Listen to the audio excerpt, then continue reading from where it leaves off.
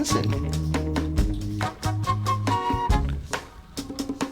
Welcome, Alison, to episode numero 32. 32. 32. Oh, almost your age. Okay, I promise we were not going there anymore. I did make a promise. Thank you. I just broke it. But we're going to talk today about what I believe is the most important part in the house. The roof system. The roof over your head. I was going to create like a little bit of you were trying to lead up suspense. Yeah, against suspense. No. People start thinking what will be the most important part of the house. I know some people will think the basement. Some other people will think about... The kitchen. It's my favorite part of the house. You cook a lot? I cook enough. Yeah? And I like to bake. What's like your favorite dish to make? Shrimp and grits. Shrimp and grits, yes. Yeah. You got to make one of those and bring it to the office because I haven't tried your shrimp and grits. Mine's the best. Yeah, I'll bring it in. That's what everybody that makes shrimp and grits say. But anyway, talking about the roof, Alison, who do we have today? We have Mr. Mike Curcio. Is that how you say it? Well, if you pronounce it in Italian, it'll be Michele Curcio. Oh. Do you know that? I did not know that. Well, so Curcio, how about we let him tell us how he pronounced it. Sounds good. Mike.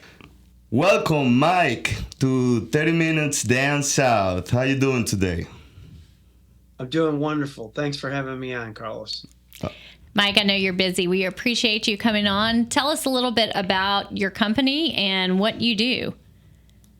Well, we're a roofing company, full service. We do commercial and residential. We've been in town for 30 years, basically 3 decades. And we've tried to work with our customers on a level of providing quality solutions at reasonable pricing. Mike, I understand that you don't only cover the Columbia area. You also have an office in Charleston. Can you expand on that? Correct. Yeah, actually, we're very fortunate. We've been able to grow over the time that we've been in business and save our pennies. And we have a office here in Columbia where we started our IRMO as our corporate branch. And then we've migrated into Charleston in 2000. And we've been in the Somerville, Charleston, Low Country, full service down there. And then just recently, we've been able to open up a facility in Beaufort. Last 6 years, we've been in Beaufort, and we're actually building a brick and mortar facility as we speak down in Port Royal. Beautiful. Oh, wow. That's great. Yeah, it allows us to service the Savannah all the way up into North Carolina and from like middle of Atlanta all the way into South Carolina. But we focus on South Carolina because, again, you get into a lot of traveling and hotels and you name it when you get into North Carolina area that we don't have an office yet. Beautiful. And also in the Atlanta area. But we can really service that Savannah up through the Low Country corridor and all the way up into Orangeburg and all the way to Greenville from our IRMO facility, normally in 24 to 48 hour time period. Wow, that's impressive. That is. Mike, Alison teach me how to say Charleston because I used to say Charleston, and she wasn't taking that because she's from that area. It. Talking about beginnings, Mike, can you tell us how did you start? Why roof and why did you wake up one day and say, you know what, I'm just going to install roof for a living? Yeah, my background has always been in the construction field. I did a lot of guttering and residential roofing and siding work through my early ages with my family, and then at a few companies in Michigan. And I got in Michigan, we do a lot of training back in the day. So you worked for a senior guy in that department, and he kind of took you under his wing. So I was exposed to a lot of things that we do currently, which is a vast service area. We kind of cover 7 or 8 different types of roofing. Not to get too boring, but basically it makes us a full service. And then we have the manufacturer's reps because we do a great service and we're really highly trained. And then we have the representative come in from the manufacturers, and they kind of give us an overview, train our groups, give us the newest update that's going on throughout the United States and how you should roof. And that's just grown from what I knew to our foremen and through the manufacturers, and allowed us to just progress at a rapid pace, and then really hone our skills so that we can be the best at what we do. And hands down, with our in-house workmanship, and about 180 people now work for CMS Roofing throughout the state. So we're able to react and change and grow and be able to financially support teaching and having like a CMS university, if you would, to train these guys from the day they get in. And then I have a lot of veteran guys that have been with me 12, 15, 18, 20 years. And as a result, some of those guys got promoted up into sales and quality assurance, but there are still a lot of guys that work in the field, and they're really great trainers, and they have a plethora of experience to show these young guys. And in 2 or 3 years, we mold somebody into a diversified roofer.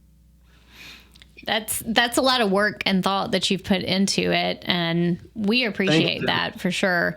I'm curious, when someone calls your company and says, "Hey, I think I have a roof problem," or "My roof's getting older," how do you inspect a roof? Because that's a question we get all the time during home inspections is an inspector going to get up there? Are they going to do a visual inspection? Do they use a drone? What does your company use to actually do a roof inspection? Well, that is a really great question, and I'm glad you asked. Basically, we use a variety. Now with technology, we are using some drones, which helps save lives, keeps our liability in check. But we also provide the old school service that I grew up into, and a lot of the guys that are still here doing estimating. Jeremy's been with me for 17 years, and he still gets up on a roof whether he uses the drone or not. He really just gets into that, climbing the roof, keeping them young and doing that. So what we do is someone will call in, for instance, I'll give you an example. They'll ask us, could you come out and take a roof survey of what's going on, or we're getting ready to sell our house, and this might hit home with you, and we need an overall before we get an inspector out, because we don't want to be surprised. So we want to do some of the homework up front. We'll come out, free inspection, as far as if you just want us to tell you what's going on. There is some small cost when you get into a full evaluation with digital pictures and everything going on, so that you can hold our feet to the fire on this when the inspector comes out. And then we provide everything through email, digital photos. And what we do is we do a full, say 50, 60 point inspection with digital photos to back up what we're talking about that's going on with your roof. And we like to say at CMS, we're not trying to push people into new roofs, especially residentially. What we're trying to do is give you the information to make a good call. And we help you make that call by suggesting, hey, your roof is past its life expectancy, and if you're going to pass this roof on for insurance reasons, for selling it or anything, you need to get a new roof put on. But there's a lot of cases, probably 8 out of 10, where other companies are trying to push these people into new roofs. And what CMS is doing is saying, hey, we can repair this roof. There's only a couple things wrong with it, or there's 5 or 6 things that we need to address. And then we also make suggestions as far as waterways with drainage off of the house, because a lot of times you'll have some water underneath the home. So we'll suggest guttering and how to spout that so it's away from the foundation. And there's a number of other things like siding, windows, doors that we get into to help you get a good perspective if you're going to sell this home, or if you're going to try to preserve it and keep it maintenance correctly, or if you just want to know basically, how am I doing? I've been here 10 years. Is my roof good? Does it need repair? Does it need maintenance? Does it need to be replaced? And we answer all those questions. Mike, you mentioned that there are 7 types of roof, correct? Now, yes, 7 services that we're excellent at in roofing. Yes, sir. Can you name them? Yeah, Carlos. So the first thing is a residential roof that we've kind of hit a little bit on, and the repairs behind that. So we have a department that specializes in tearing off roof systems and installing the GAF Master Elite system with the 50-year shingle and components, along with an opportunity for a homeowner to get a 5-year, a 10-year, and a 25-year workmanship warranty, unlimited wind speed with the higher warranties, lifetime boots, and just an excellent shingle. GAF is a leading industry standard on shingle and manufacturing. Sorry, Mike, I didn't realize there was even a 50-year option available. Is that new? Yeah, it is. Technology's changed here in the last 7-8 years. And so now everybody's producing a 50-year shingle at the cost of an old 30-year shingle. So what they're trying to do is they're trying to phase out from what I understand, the 3-tab shingle and get everybody into either a 30 or a 50-year shingle. And what that does is cuts down on your dumping in the dumps overall, cuts down on a homeowner turnover with roofing, and actually provides you with a better substantiated roof that can fight storm, hail damage. And as you can tell, our weather has changed drastically lately, whether it be the temperature or even our storms that we're getting. A lot more harsh rain, winds and things come in when we do have our heavy duty tropical storms. What would be the difference in material between the shingle used, 10 years ago and the shingle used nowadays? Well, the new shingles have a technology in the mat that they put on. Also, the granulation has been upgraded. And then just the impact of the way they do the manufacturing has substantiated the shingle to last longer in heat, cold, wind conditions, as well as just all the components that are addressed. Now, we put storm guard under every valley and penetration before you put the synthetic down. We've changed from a 15 or a 30-pound felt, which was basically a petroleum-based paper, to a synthetic plastic polymer paper with fabric. And then just the penetrations, where before you put a boot on and you needed to change it out in 5 to 7 years, these new lifetime boots last 50 years. So they're really, sustainable rubber product that goes over your penetrations, your pipe boots that stick up through your roof, the little white pipes. Well, now you put a boot on those where you don't have to have your shingles changed out every 6 years and discolor your roof. So technology has just grown and enabled these shingles to last longer and have a longer life expectancy. And with the technology and the new life expectancy, and it seems like the materials would also cost quite a bit more. So has there been other than regular inflation, is there a significant increase in the cost of that versus No, that's what's funny. Back when we started putting 40 and 50-year shingles on, they were really heavy, a lot of extra material in there. The pricing was enormous between, say, a 3-tab regular flat looking brick roof versus a 30-year architectural to a 50. There was a substantial $2,000 or $3,000 difference. And the hardest thing for us is to convey the message to the homeowners now that the 50-year shingle is not any more expensive than the 30-year shingle. And so it's new to them. And the way they've done that is increase their production and their technique. And again, technology and computers have helped, actually manufacture these shingles with less labor in the plants. As a result, you have a lesser costing shingle with higher level of technology that lasts longer. So it's just a really great thing for everybody out there that's trying to get a new roof. And now it goes to also the installation practices.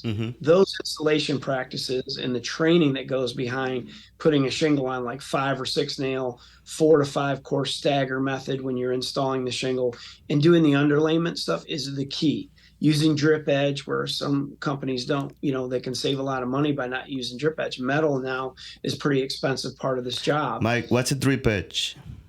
So a 3-pitch is right on the borderline of where you would want to put a shingle versus, say, putting a different type of roofing. We like to tell everybody we need a 3.5 pitch. So then I'm a half a pitch more steep than I would at a 3-pitch, and that allows that water to shut off. You got to remember, shingles every approximately 3 feet are butted together, right? And they're nailed on the roof. Okay, so if a company uses 3 nails and butts those shingles and they get out of square at all, or the wind hits them, then they become open at the seams. If you use a 5-course stagger method, you use 5 to 6 nails per shingle, and you do the underlayment right, these shingles become bonded as one and shed that water. And what you don't want to do is you don't want to get a roof that's not pitched, because again, shingles are not waterproof. They're water shedding. So you want to get to that 3.5 for shingles. 3.5 and above, which most houses nowadays are built to code 4-pitch or higher. So 4, 5, 8, 10, 12 pitch. A lot of these beautiful steep pitch roofs are 10 and 12 pitch roofs. They're a little bit more of a challenged roof. But if you have the company and you're trained well, then you can do those roofs the same as you do a 4-pitch roof. So staying on residential roof, which is, pretty much our forte right now, what do you Yes. say? What would you say that are the main issues that a homeowner should be aware or should be looking for in order to have a good roof? Let me rephrase. I'm a homeowner. I have a 10-year-old roof. I know that, at least it has another 10 more on their life. What should I be looking for in order to make sure that roof extends the life? So what I suggest and what our estimators and our office staff, our office team suggests is when someone calls with that question, that's a great question. We basically tell them, let us come out and look at it. We're the trained professional. If we see an enormous amount of granulation loss in the gutters and on the downspout on the ground, if we see an enormous amount of staining, any fungus or algae growing out of the shingles themselves, because the mat has taken on basically an organic matter, it'll start to break it down. It's like roots going into the ground. It starts to break the ground around. Same thing with algae or something growing on the roof. It starts to break down the surface granulation and digs into the mat of the shingle and can break it down and cause you leaks. So what we do is we look for those things. We also look for valleys that aren't woven correctly, or penetrations that are broke open, or the boots have come to age, things like that. And then again, we make an assessment for you and say, hey, here's the estimate to replace, and here's the estimate for repairs. We recommend that you can repair this roof because in your case, you have 10 more years of life expectancy, but it needs a little bit of TLC. And here's the things that we need to do to tighten that roof up. Sometimes the fasteners are starting to rust, just needs a bead of caulk on them, things like that on your ridge cap, just so that those nail heads won't rust and pop off and then the shingles fly off, things like that. And to get back to your question, the other services that we provide on the 7 are we also replace wood rot, soffit, windows, doors on the residential end. So basically we tell you anything on the outside of your home, enveloping your home, we can take care of. Light painting, wood rot, gutters, gutter guards, the roofing, repairs, or a new roof. We get into the commercial division, same thing. We do commercial installs, and we also do leak repair and maintenance programs for these repairs. And then we do a liquidly applied system. Mm-hmm. So we do a HydroStop or a American Weather Star install on metal or any surface. That being said, which is a liquidly applied product that goes down and basically gives you a foolproof roof on a low slope. We also do the Liberty system, which is we referred to like what happens if your roof's under 3.5, 12. There's a Liberty granulated system that looks like a shingle, but a lot of times we'll have like a 10, 12 pitch, but then they have a porch and they wanted to raise the ceiling. So they'll do it on like a 2 pitch.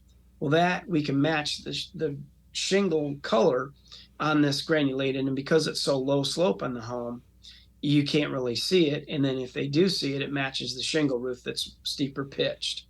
Then there's, some modified systems that we do. And then also, so we do, metal roofing. I don't want to forget about that. We do a lot of metal roofing out on Lake Murray and surrounding areas, a lot of metal roofing down in Charleston and Beaufort, okay? Saltwater. Yeah, I was going to ask about the metal roofing. And it's different from, I guess, the metal roofing I think of from years ago. Is it not? I mean, the way it's integrated. Yes, it is. You're exactly right. You're hitting the nail on the head. Basically, what it is that we don't do screw down roofs. Screw down roofs, we feel, as CMS, are for sheds and auxiliary buildings and buildings that aren't for living dwellings. Living dwellings or buildings, I should say, or any commercial outfit, we put a standing seam, metal, no fasteners exposed. Everything's underneath the panels. We put an underlayment. We don't use weather guard or storm guard because that kind of stuff will heat up and melt down your fascia and your drip edge because the tars in those products will not withstand the heat that's transferred from the metal panels. So we use a heat shield underlayment, which is a roof underneath your metal roof, and then everything gets screwed through that and self-seals. And then that standing seam is not only good looking, right? Because a lot of people would love to put a metal roof on, but the costs are a little absorbent for certain types of homes. But that being said, it is a beautiful roof with no fasteners. You never have anything penetrating. Think of it this way. If you have sorry about that. Oh my gosh. Think about it this way. If you have a metal panel and you screw a bunch of holes in it from the bottom gutter edge up to the roof, you just put all those holes in. Eventually, they're going to be leak areas, right? Yeah. They're possible penetrations. When you put a standing seam on, and that's why we refer to standing seams as our go-to for the metal roofing, everything's underneath. So when you put the panel and clip it down to the roof from the clip system in the fastening pattern, you're not going to have any leaks through there. So what is the life expectancy of a standing seam roof? Those life expectancy, depending on the region, salt, Columbia, lake versus, those can span anywhere from 50 to 80 years. I've seen metal roofs on that we've worked on or done some minor repairs on that have been on 60 to 70 years. So the Kynar finish is a 50-year baked on finish on these panels.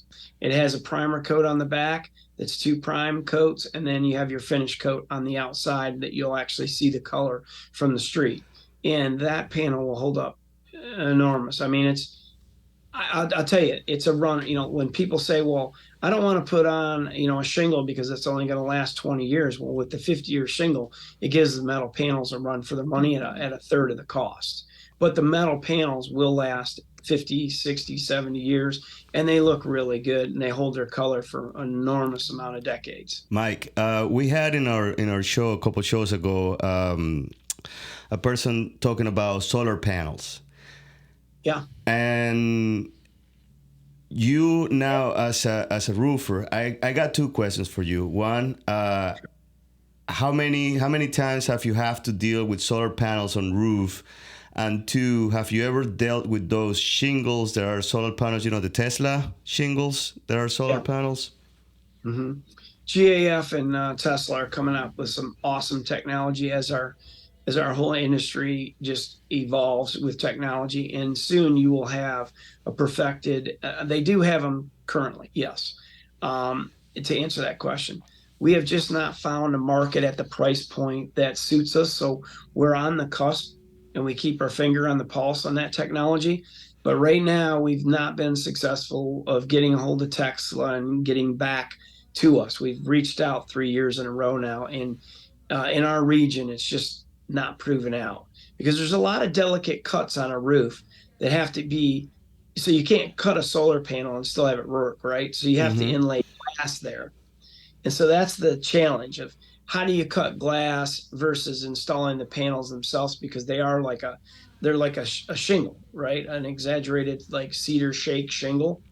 And that's the thing too. GAF has it where you basically shingle around the shingle inlay that the system where you can get the energy. And they have that out currently. And there's a couple companies sticking their toe in the water. Mm-hmm. I'm just not at this point comfortable with the amount of volume that we would do. So I'm going to let it evolve a little bit, let the technology grow so that eventually, like you said, the full Tesla roof, and I'm sure JF will come up with it. Because right now, Tesla does everything in solar along with glass that matches the shingle. So you can't tell a difference, and your whole roof looks like one sheet of glass with some seams in it. The GAF shingle is partially the 50-year shingle with the inlay of the solar shingle. So it's getting there. It's just right now we're waiting for it to evolve. I'll just say that. And I don't see at the price point. And that's another thing. Like all shingles have come down in price in regards to the 50-year now being very affordable where it wasn't in the past. So I hope will these solar shingles, and then we'll dive in full force. But at this point, we're gonna watch and observe some other companies do a few jobs and see how we go. But we're definitely interested, and we're on the cusp. But I think it's about a year or 2 out. Oh, a year or 2. I was thinking more about 5 or 10 years. So you do see a future where every house will have those solar shingles. I do. I think at some point with where we're going with vehicles and EVs, I just think that very quickly. We were going to get into it last year. That's why I know it's there. And there's one company that I know of in town that is our competition, and they're sticking their foot all. I'd say they're diving in. Yeah. But I just, you know, I just don't feel with our studies. We do an internal study on the expense versus what the household income can do. And I'll be honest with you both. We're a company that's trying to be extremely affordable, extremely cutting edge, but we don't want to push people into a $70,000, $80,000 roof. But I will, to answer one other question, when we go out and observe regular panels, the large solar panels like 4 foot by 2 foot on the roofs, a lot of companies in the past have not done the right thing because they didn't have a roofing company they were either working with or in-house. And they went and put a lot of these solar panels on back in the day because there was refunds from the state. And, they went ahead and put them over bad roofs. Mm. So we get a lot of exposure of taking those down and in the house and then having their solar company come back out and put them back on and hook them up. We won't put them back up just because of the liability issues that are, because if they don't work once you put them back up and they're not wired right or something. So right now we're trying to manage that with solar companies that do it every day. And we've been really successful. And we also communicate with them on their volume, what the price points are and all that. And I'm just not comfortable with going and tell you, Carlos, hey, we need to roof your house and it's going to be $98,000. Yeah. But we're going to put some solar shingles on there. And how much of your bill they can get it where your bill is zero, but I just feel it has to be too much. There's too much of the right setup. So you can't be in the trees, right? You got to have full sun on your house. There's a lot of things right now that are still edging that technology along and not enough for the dive in at this point with us. And then you hit it on the nail right there when you said installing those solar panels on bad roofs. That's exactly what Justin was talking about the last time. Mike, I have a lot of respect for roofers, and I tell you why. Those guys are always on the top of the house. Doesn't matter if it's 120 degrees. Doesn't matter if it's 40 degrees, if it's full wind, if it's not. How do you train people to do that? I'll tell you, there's a secret to this, and I'm going to let it out because I love you, Carlos. We hire people right now when it's cool, and we season them in all the way through the training period to May. Wait a minute, Mike. Are you seasoning them or are you tricking them? We tell them, hey, look, come June, July, August, September, you are not going to agree with the temperatures on these roofs. You're going to have to wear gloves to put your fingers on the shingles. So here's what happens, though. Here's the secret. They get trained and they season in, and as the temperatures rise, their blood thins out. And I'm telling you, these guys they don't even wear gloves. Wow. They wear shorts. We allow them to wear shorts to stay cool. They'll sit on cushions. They'll be harnessed on. Even with the harnesses and the vests sometimes and the hard hats, they basically can just roof because they get their temperature moving and they eat right? You're not going to go out and eat a half a pizza at 1 o'clock when you got to be in that sun. They eat fruit, they hydrate constantly. We're working with them all the time on hydration. We watch the weather constantly too. So we get that 112, 115 heat index. We're calling the day at 2:30 and letting them, rest. And then we go out and do it again the next day. But that's the secret, okay? A lot of guys say, well, I'm getting busy in April, May, the tax money's back, or people are starting, it's nice weather. This is when we put our roof on, Well, you hire a guy in June, good luck. Yeah. You'll be hiring 20 more because they'll work for 2 days and get heated up, and they'll be off the roof for a week or two, and then they just throw in the towel. But if you get them, that's my secret. So we start in October, and we work them all the way through. And we got 4 or 5 guys in training right now. So we're constantly hiring great talent. We just don't pick up anyone off the street to roof at CMS. And they go through a gauntlet of training and in-house and out in the field, and they actually ride with estimators, and they really get a perspective of how much they help our roof, right? Because I'm too old to go put roofs on, correct? No, you're not, man. You're in I'd great be shape. dead. I've seen your, No, no. I've seen your, you're in great Yeah, shape to yeah. get on the roof. Not on that 115-degree day. I would be done at 9 o'clock. You know, so we work with those guys, and we really can't say enough about our staff here. They're very customer service oriented. They love to help out people.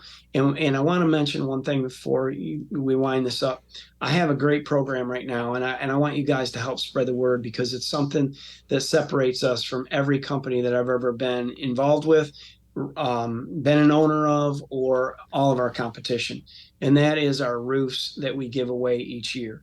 We are now in our second year of giving a free roof out to people in need, first responders, veterans of any sort, whether they're active or active military in any of the branches, police officers, fire, ambulance. These people do so much for us. And I learned a whole bunch from them during the pandemic, how much we count on them and need them, you know.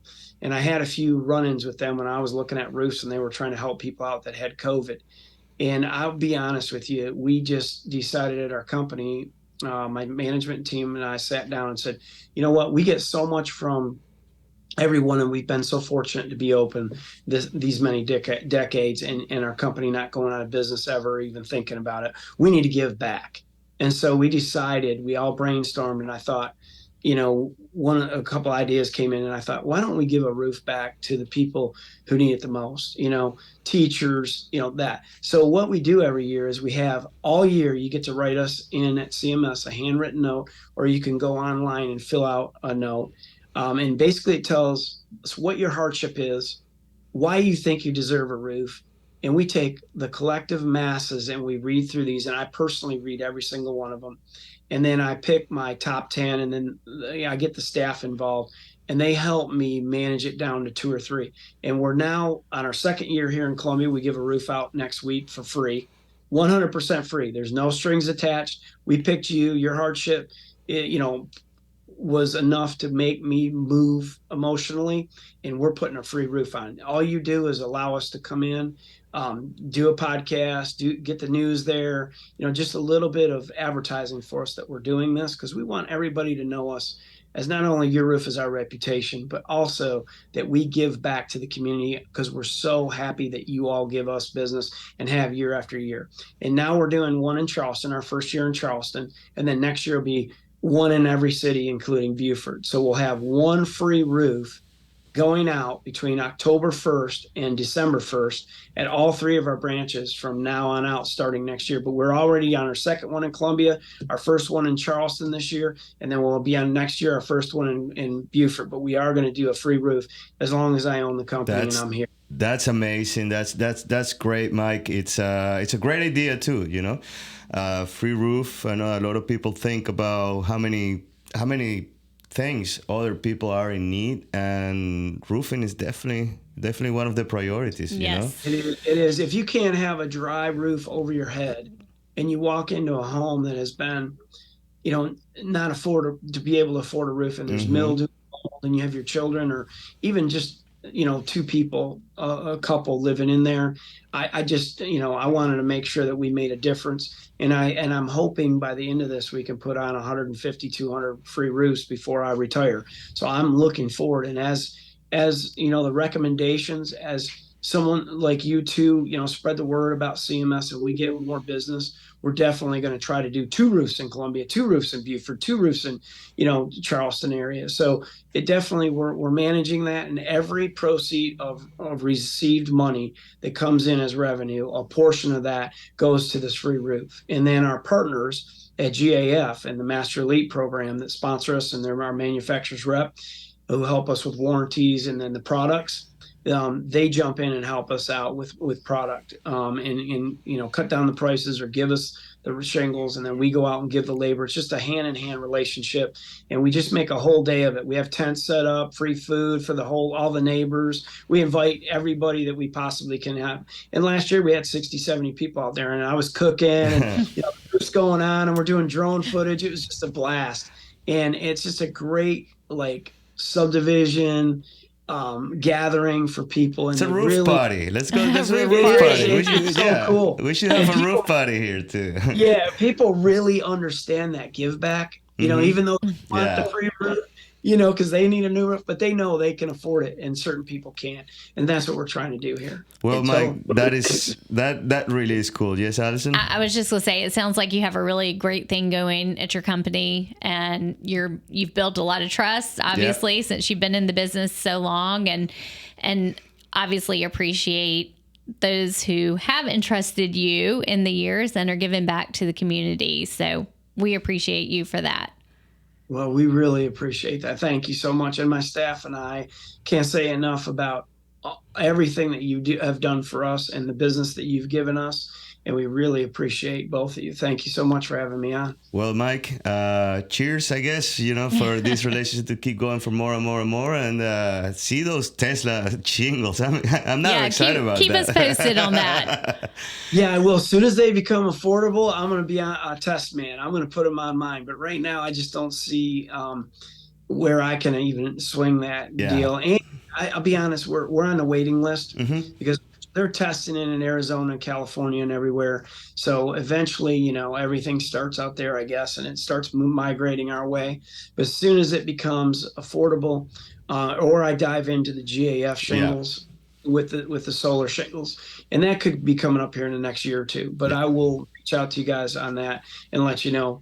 I think the costs are going to be in range as soon as we start doing that on a regular basis. Yeah. That sounds good, Mike. Well, talk to you later, my friend. Thank you so much for joining us. And cheers. Thank you so much. Thank you, Mike. Take care. You guys have a great afternoon. Thank you. Bye-bye. Thank you, Mike. Wow, that was a lot of information. That was a lot of information. And one of the things that struck me the most was the 50-year shingle.